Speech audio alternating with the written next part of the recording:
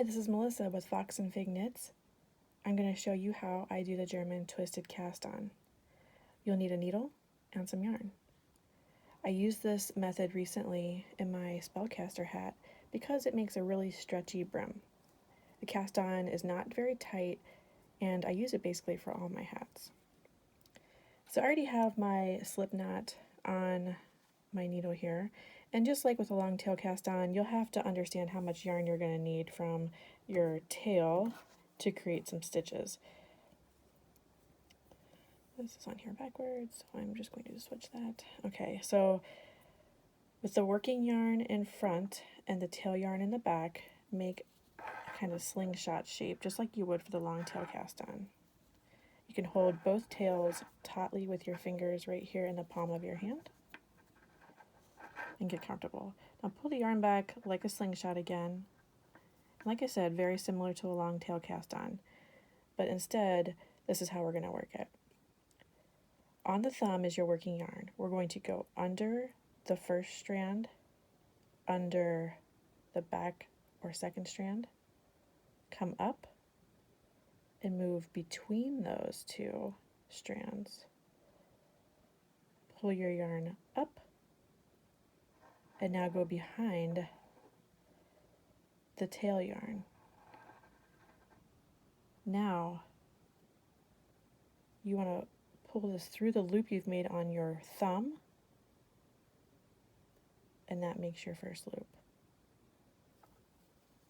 And you can tighten it up. Try this again. Get situated underneath, through the loop, over and under the back, and then through the loop on your thumb. Under, through the loop, behind the back strand, through this loop again. Now as you get going, you can go pretty quickly actually. Oops. You'll see that you can go very fast. And it goes pretty quick. But I'm going to show you again slowly. Under the loops on your thumb, down through the loop in the middle. Now twist your needle back around the strand on your finger and underneath, and then you're basically untwisting the loop on your thumb and pulling it through again. And then you can tighten up. Now when you start to work these stitches, it might feel a little loose. When you have finished your project, it'll be a nice and stretchy brim. But one thing you can do to make this feel a little bit better is you can cast onto two needles together. So that would look something more like this. Let's see here. And it might feel kind of awkward, and these are different sizes, but let's pretend.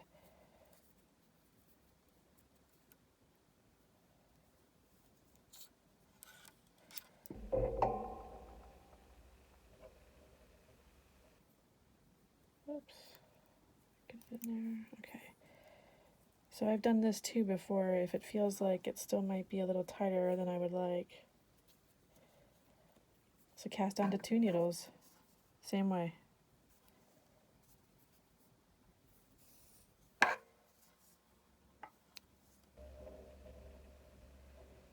So again, underneath, then through the thumb loop, behind the strand on the finger, and underneath, and then back through this loop again.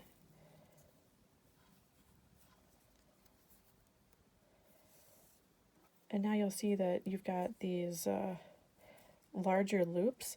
So if I was going to start knitting this, all I would have to do is pull out the second needle. You see how they're kind of loose there? If you just start knitting them,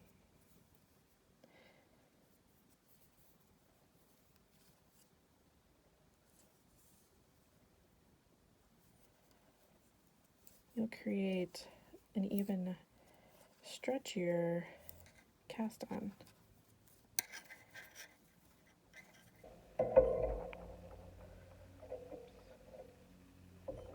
And that's how I do the German twisted cast on. I use this almost all the time for every project, unless it's a provisional cast on or some other special cast on. So I hope you try it and enjoy it. Thanks!